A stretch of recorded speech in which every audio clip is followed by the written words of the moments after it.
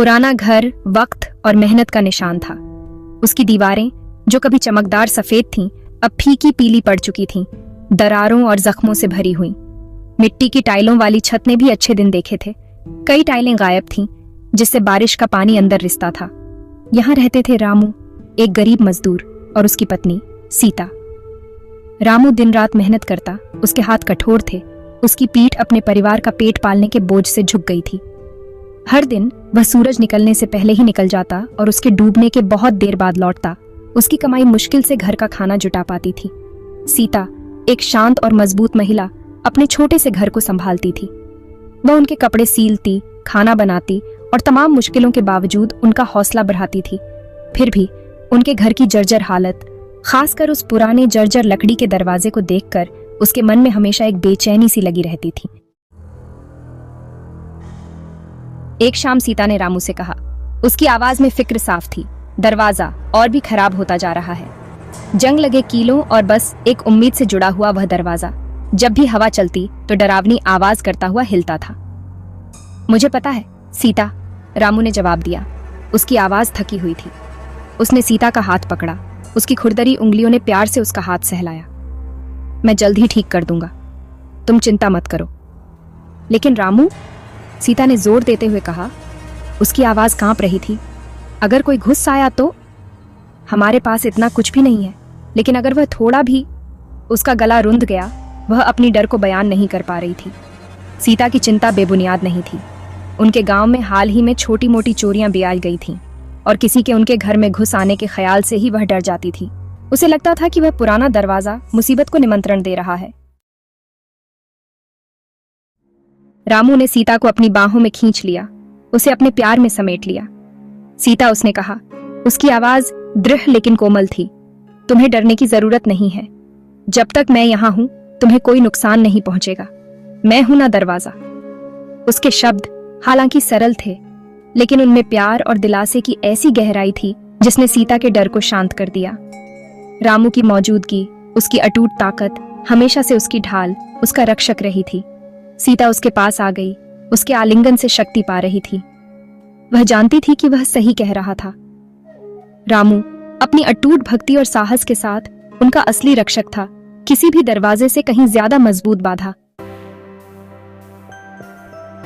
दिन हफ्तों में और हफ्ते महीनों में बदल गए और पुराना दरवाजा अपनी आखिरी सांसें गिन रहा था। रामू के आश्वासन के बावजूद सीता अपनी बेचैनी को दूर नहीं कर पा रही थी। एक दिन उसने खुद ही मामला अपने हाथ में लेने का फैसला किया। उसने अपनी कम कमाई में से थोड़ी थोड़ी रकम बचाना शुरू कर दी। महीनों की कठोर बचत के बाद आखिरकार उसके पास पर्याप्त पैसे हो गए। रामू, उसने कहा।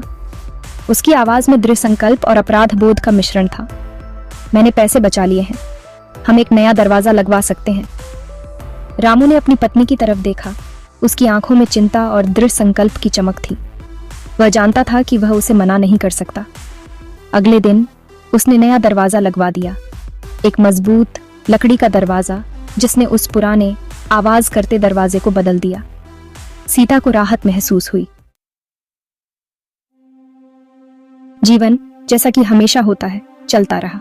नया दरवाजा, जो सीता की चिंता और रामू के प्यार का प्रतीक था, मजबूती से खड़ा था। हालांकि किस्मत को कुछ और ही मंजूर था। 1 साल बाद रामू बीमार पड़ गया।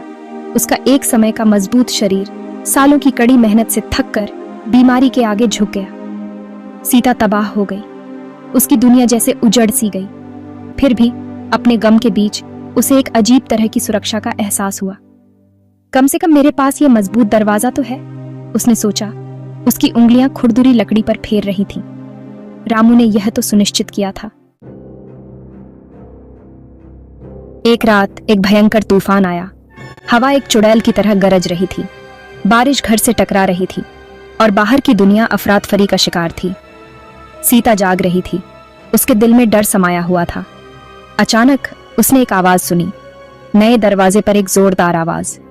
उसके खून जम गया। कोई अंदर घुसने की कोशिश कर रहा था। उसने कंबल को कसकर पकड़ लिया। उसका दिल तेजी से धड़क रहा था। आवाज फिर आई, इस बार और तेज। दरवाजा चीखा। उस पर हो रहे क्रूर बल का विरोध कर रहा था। डर कच्चा और भस्म करने वाला सीता को अपनी चपेट में ले चुका था। वह अकेली थी, बेबस थी। नया दरवाजा, उसका माना हुआ रक्षक, घुसपैठियों के लिए कोई मेल नहीं था। जैसे ही दरवाजा लगातार हमले के नीचे कराह रहा था, सीता के दिमाग में एक याद चमक उठी। सालों पहले बोले गए रामू के शब्द उसके कानों में गूंज उठे। सीता, तुम्हें डरने की जरूरत नहीं है। जब तक मैं यहाँ हूं, तुम्हें कोई नुकसान नहीं पहुंचेगा। मैं हूं ना दरवाजा। सीता की आंखों में आंसू आ गए, दुख और एहसास का मिश्रण। रामू सिर्फ एक भौतिक दरवाजे के बारे में बात नहीं कर रहा था। वह अपने अटूट प्यार, उसकी सुरक्षा के प्रति अपनी प्रतिबद्धता, अपने अस्तित्व के बारे में बात कर रहा था, जो उसके और दुनिया के बीच एक ढाल की तरह खड़ा था।